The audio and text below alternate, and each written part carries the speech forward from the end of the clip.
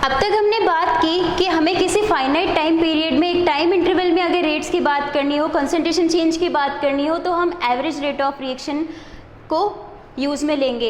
लेकिन अगर मुझे पूछा गया कि पर्टिकुलर इस टाइम सपोज टी डैश, इस टी डैश टाइम पे ही मुझे रेट ऑफ रिएक्शन पता करनी है, कंसंट्रेशन चेंज पता करना है, तो उस केस में हम यूज़ करते हैं इंस्टेंटेनियस रेट ऑफ रिएक्शन का। एवरेज रेट ऑफ रिएक्शन में हमने क्या पढ़ा, जो एवरेज रेट ऑफ रिएक्शन थी वह थी delta C by delta T. Means कि जो कंसंट्रेशन में चेंज हो रहा है टाइम के रेस्पेक्ट में एक फाइनाइट टाइम पीरियड में, वह था एवरेज रेट ऑफ रिएक्शन। लेकिन अब मुझसे पूछा गया कि एक पर्टिकुलर इंस्टेंट ऑफ टाइम पे, एक पर्टिकुलर इंस्टेंट ऑफ टाइम पे अगर मुझे रिएक्शन फाइंड आउट करनी है तो वह क्या एवरेज रेट ऑफ रिएक्शन से पॉसिबल है?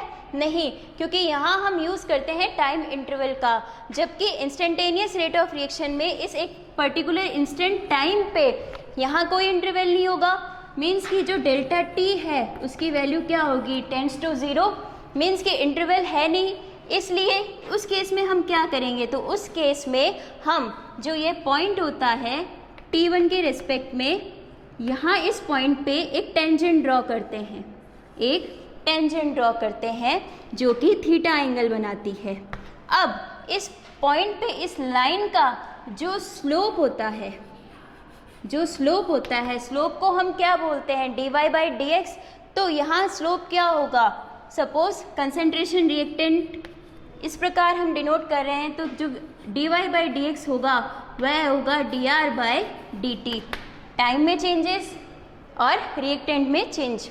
अब इस स्लोप की वैल्यू हम देख रहे हैं, ये जो स्लोप है इसकी वैल्यू आएगी नेगेटिव आएगी, लेकिन जो हमारी रिस्पेक्टिव रेट ऑफ रिएक्शन है वह क्या है, पॉजिटिव, इसलिए हम यहाँ यूज़ कर देंगे माइनस साइन। इससे जो अल्टीमेटली रेट ऑफ रिएक्शन है वह हमें क्या मिलेगी, पॉजिटिव। तो सिंपली भी हम कह सकते हैं कि जो इंस्टेंटेनियस रेट ऑफ रिएक्शन होती है किसी भी रिएक्शन की, वह स्लोप होती है कंसंट्रेशन और टाइम कर्व की। ओके, तो we can write it as instantaneous rate of reaction is slope of the line या slope of line which drawn at the required point or at the required time,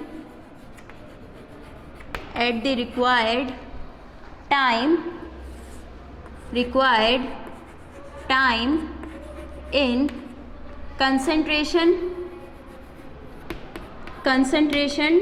time curve। Means कि जो concentration time का हमें curve मिला है, उस curve में हमें जिस पॉइंट पे instant rate of reaction, instantaneous rate of reaction find out करनी है, उस पॉइंट पे जो टेंजेंट ड्रॉ की जाती है, उस टेंजेंट लाइन का जो स्लोप होता है वही इंस्टेंटेनियस रेट ऑफ रिएक्शन होती है। यही बात मैं करूं अगर प्रोडक्ट के रेफरेंस में, कि प्रोडक्ट के रेफरेंस में अगर instantaneous rate of reaction find out करनी है तो वह किस प्रकार करेंगे। तो हमने लास्ट टॉपिक में देखा कि जो प्रोडक्ट का ग्राफ था वह किस प्रकार था, कुछ ऐसा, राइट। यहाँ था टाइम और यहाँ था क्या, कंसंट्रेशन ऑफ प्रोडक्ट। क्लियर। अब कंसंट्रेशन ऑफ प्रोडक्ट सपोज मैंने डिनोट की P। ओके, तो अब यहाँ क्या होगा, सपोज मुझसे पूछा गया कि टी डैश टाइम, इस टी डैश टाइम पे क्या रेट ऑफ रिएक्शन होगी, इस रिएक्शन में क्या चेंजेस हो रहे होंगे। तो उस केस में हम क्या बात करेंगे, इसमें यहाँ इस पॉइंट पे एक टेंजेंट ड्रॉ करेंगे। क्लियर। तो इस टेंजेंट का स्लोप अगर मैं देखूं थीटा एंगल, तो स्लोप होगा इसका dy बाई डी एक्स। अब dy क्या हो जाएगा, change in concentration of product, तो dp बाय dt। चूँकि ये स्लोप की जो वैल्यू है वह पॉजिटिव हमें मिलने वाली है, सो इसमें हम किसी प्रकार का साइन चेंज नहीं करेंगे और हम बोलते हैं कि जो कंसंट्रेशन और टाइम कर्व में है, जिस पॉइंट पे हमें रेट ऑफ रिएक्शन और चेंजेस कैलकुलेट करने हैं, उस पॉइंट पे जो टेंजेंट ड्रॉ की गई उस टेंजेंट लाइन का स्लोप होता है, वही इंस्टेंटेनियस रेट ऑफ रिएक्शन को प्रिडिक्ट करता है। क्लियर? तो जो इंस्टेंटेनियस रेट ऑफ रिएक्शन है, इंस्टेंटेनियस रेट ऑफ रिएक्शन है, उसके लिए हम क्या बोल सकते हैं कि जो टाइम इंटरवल था हमारा एवरेज रेट ऑफ रिएक्शन में delta C by delta T में, अगर ये जो टाइम इंटरवल है ये टेंड्स टू ज़ीरो हो, तो मैथमेटिकली अगर मैं बात करूं तो limit delta T tends to zero delta C by delta T कुछ इस प्रकार से इंस्टेंटेनियस रेट ऑफ रिएक्शन को एक्सप्रेस किया जाएगा। अब हम यहाँ क्या देखते हैं, delta T tends to zero means कि जो टाइम इंटरवल है वो ज़ीरो की तरफ टेंड कर रहा है, एक माइन्यूट डिफरेंस है, या ये कह सकते हैं कि डिफरेंस है ही नहीं। उस केस में जो रेट हमें मिलेगी वह क्या होगी, इंस्टेंटेनियस रेट ऑफ रिएक्शन, जिसको हम लिखेंगे D by D T. Okay, तो ये होता है हमारा instantaneous rate of reaction. Next हम बात करेंगे इनिशियल रेट ऑफ रिएक्शन की। Initial rate of reaction, initial rate of reaction means कि अगर एट स्टार्टिंग यानी कि t इज इक्वल टू जहाँ ज़ीरो था, हमने एक ग्राफ देखा था अभी कंसंट्रेशन और टाइम के बीच में, रिएक्टेंट की कंसंट्रेशन और टाइम ले लीजिए या प्रोडक्ट की कंसंट्रेशन और टाइम ले लीजिए, तो हमने कुछ ऐसा ग्राफ देखा था। तो t is equal to zero पे जो स्पीड है, जो रेट है, वही इनिशियल रेट ऑफ रिएक्शन होगी। अब वह क्या होगी, उसमें हम कुछ इस प्रकार से डिनोट करेंगे D C by D T at T is equal to zero, that is initial rate, that is initial rate, means rate at t is equals to 0 is known as initial rate of reaction।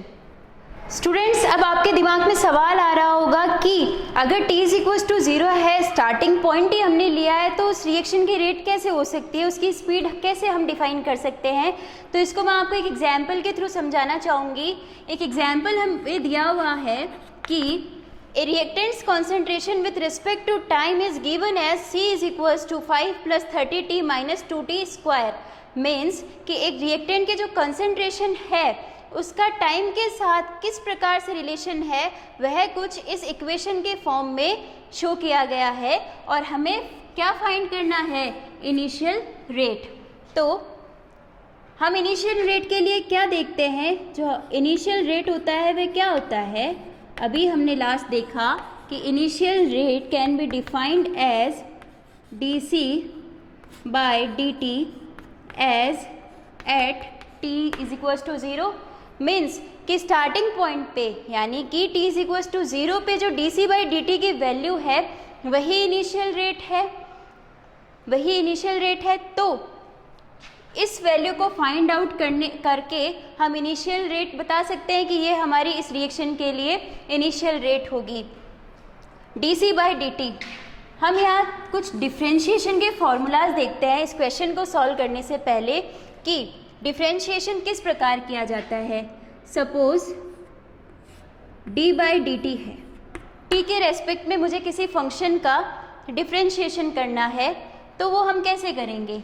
मैंने यहाँ एक function लिया t की power n, तो जब differentiation करते हैं तो इसके लिए क्या किया जाता है, यह हो जाएगा n t की पावर n माइनस 1, यानी कि कोई n पावर का फंक्शन है उसका जब डिफ्रेंशिएशन किया जाता है तो जो हमें सोल्यूशन होता है वह मिलता है n t की पावर n माइनस 1।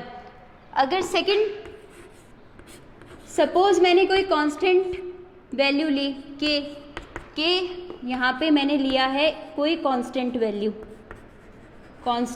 वैल्यू ली है, तो किसी भी कांस्टेंट का एक वेरिएबल के रिस्पेक्ट में जो डिफ्रेंशिएशन होता है वह क्या होता है, ज़ीरो। अब हम आते हैं क्वेश्चन पे। इनिशियल रेट इनिशियल रेट, तो dc बाय dt। सबसे पहले हम dc बाय dt को कैलकुलेट करेंगे। तो यहाँ क्या किया गया है कि जो कंसंट्रेशन टर्म है c, उसका डिफरेंशिएशन किया गया है t के रेस्पेक्ट में। यहाँ पे जो टर्म है c, उसका डिफरेंशिएशन किया गया है t के रेस्पेक्ट में। तो हम लिखेंगे d by D T 5 plus 30t minus 2t square. Clear? अब जब हम इसका डिफरेंशिएशन करेंगे तो हर एक टर्म पे अलग अलग इसको पहले ऑपरेट करेंगे। किस प्रकार करेंगे? d by D T 5 plus d by D T 30t minus d by D T 2t square. Okay, अब हम देखते हैं 5 क्या है?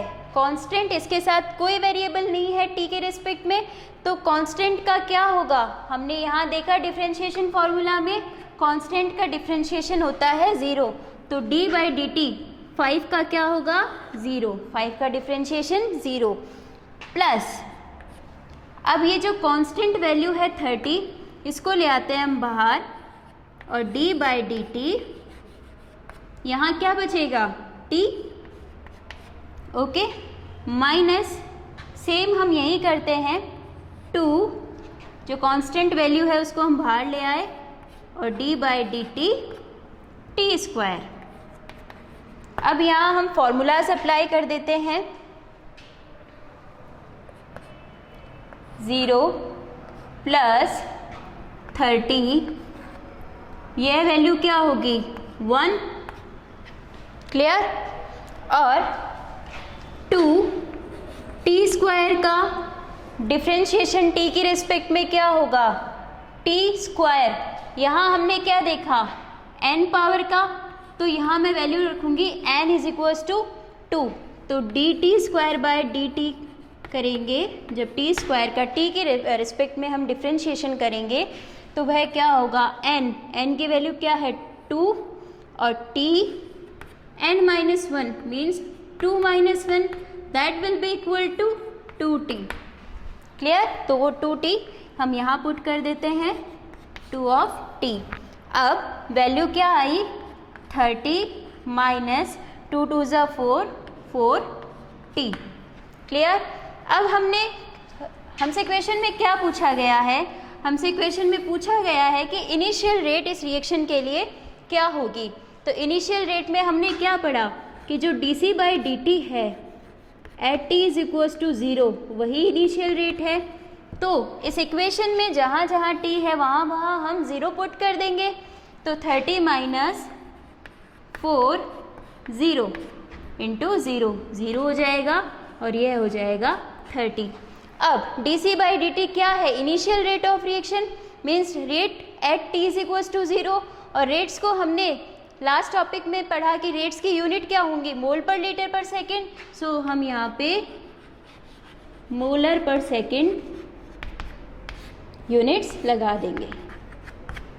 Clear students? अब हम बात करेंगे कुछ न्यूमेरिकल्स की कि एग्जाम में rate of reaction, rate of appearance, disappearance पे किस प्रकार के क्वेश्चंस हमसे पूछे जाते हैं। यहाँ एक क्वेश्चन हमें दिया हुआ है कि the rate of formation of NO gas in reaction 2NOBr gives 2NO plus Br2 is found to be 1.6 into 10 to power minus 4 मोल पर लीटर पर सेकेंड। हमसे पूछा गया है find out ROR, rate of reaction, and rate of consumption of NOBr। तो आइए start करते हैं क्वेश्चन का सोल्यूशन। हम देखते हैं उससे पहले हम लिखते हैं कि जो गिवन है, गिवन क्या है? Rate of formation of NO gas की प्रोडक्ट की फॉर्मेशन, जो NO गैस की फॉर्मेशन है वह हमें रिएक्शन में दी हुई है 1.6 इंटू 10 टू पावर माइनस 4 मोल पर लीटर पर सेकेंड। तो जो rate of formation of NO gas होगी उसे हम डिनोट करेंगे delta NO by delta T से, और वो हमें वैल्यू गिवन है 1.6 इंटू 10 टू पावर माइनस 4 मोल पर लीटर पर सेकेंड। अब हमसे पूछा गया है कि इसकी रेट ऑफ रिएक्शन क्या होगी। तो रेट ऑफ रिएक्शन के लिए सबसे पहले हम इसका एक्सप्रेशन लिखेंगे जो कि होगा rate of reaction is equals to reactant के रिस्पेक्ट में माइनस स्टोइकियोमेट्रिक कोफिशिएंट से डिवाइड किया 1/2 delta NOBR by delta T। Okay, next product के रेफरेंस में बात करेंगे 2 of NO, then plus 1/2 delta NO by delta T and is equals to delta Br2 by delta T। Clear? अब हम देखते हैं कि क्वेश्चन में हमें गिवन है rate of formation of NO gas, that is delta NO by delta T। तो हम यहाँ देखते हैं कि जो रेट ऑफ रिएक्शन है वो NO की टर्म्स में क्या है? Rate of reaction is equals to half of delta NO by delta T, और जो delta NO by delta T की वैल्यू है वह हमें क्वेश्चन में गिवन है। तो यहाँ वैल्यूज पुट करने पर 1/2 इंटू 1.6 इंटू 10⁻⁻⁴ मोल पर लीटर पर second and this will be 0.8 into 10⁻⁻⁴ मोल पर लीटर पर सेकेंड। तो जो इस रिएक्शन के लिए रेट ऑफ रिएक्शन की वैल्यू है वह होगी 0.8 इंटू 10⁻⁻⁴ मोल पर लीटर पर सेकेंड। नेक्स्ट इसने सेकेंड हमसे पूछा है कि rate of consumption of NOBR, कि जो NOBR रिएक्टेंट है उसकी कंजम्पशन की क्या रेट है। तो हम किस प्रकार फाइंड करेंगे? Rate of consumption, consumption means reactant की बात है, रिएक्टेंट की बात है मीन्स हम माइनस साइन यूज करेंगे। तो माइनस ऑफ कंजप्शन रिएक्टेंट का है तो minus of delta NOBR, change in concentration of NOBR with respect to time, यह क्या होगा? हमारा rate of consumption of NOBR होगा। अब हम जो रेट ऑफ रिएक्शन का एक्सप्रेशन है उसमें देखते हैं कि जो NOBR का रेट, जो NOBR के लिए कंजप्शन रेट है उसको रेट ऑफ रिएक्शन के साथ किस प्रकार से कोरिलेट किया गया है? वह है ROR is equals to minus of half of delta NOBR by delta T। अब हमें वैल्यू किसकी फाइंड आउट करनी है? Minus of delta NOBR by delta T की। तो यहाँ हम लिखेंगे minus delta NOBR by delta T, और यहाँ इस एक्सप्रेशन से क्या होगा? 2 को हम ट्रांसफ़र करेंगे तो 2 इंटू ROR। ओके, और ये जो ROR की वैल्यू है ये हमने फर्स्ट पार्ट में कैलकुलेट की है, जो कि क्या है? 0.8 इंटू 10⁻⁻⁴ मोल पर लीटर पर सेकेंड। तो जो rate of consumption of NOBR है वह क्या होगा? 1.6 इंटू 10⁻⁻⁴ मोल पर लीटर पर सेकेंड।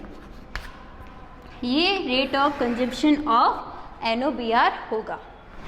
नेक्स्ट क्वेश्चन में हमसे पूछा गया है कि कोई एक केमिकल रिएक्शन दी हुई है 2N2O5 gives 4NO2 plus O2 if rate of appearance ROA of NO2 is 2 mole per liter per second, then find ROR rate of reaction and ROD of N2O5 means rate of disappearance of N2O5।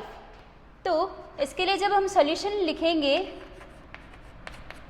तो वह क्या होगा? सबसे पहले given क्या क्या है? Given है rate of appearance of NO2, rate of appearance of NO2। Appearance NO2 means product means quantity is positive, तो delta NO2 by delta T। Clear?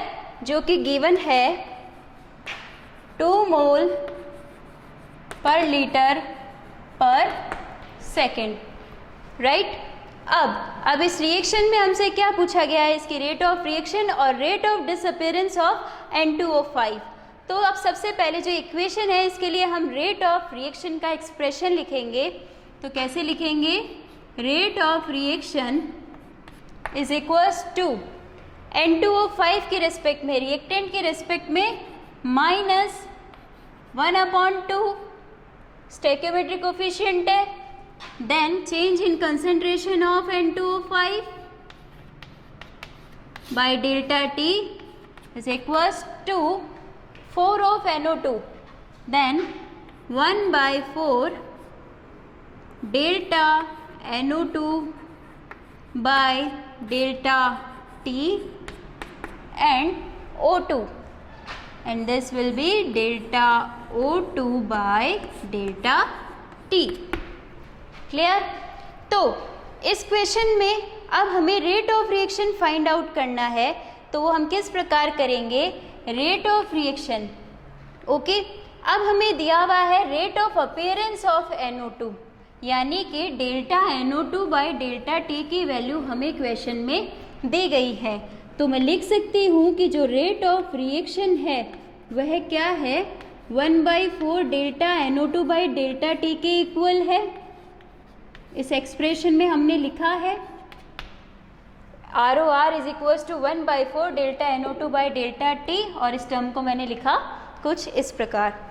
अब क्वेश्चन में गिवन कौन सी क्वांटिटी है?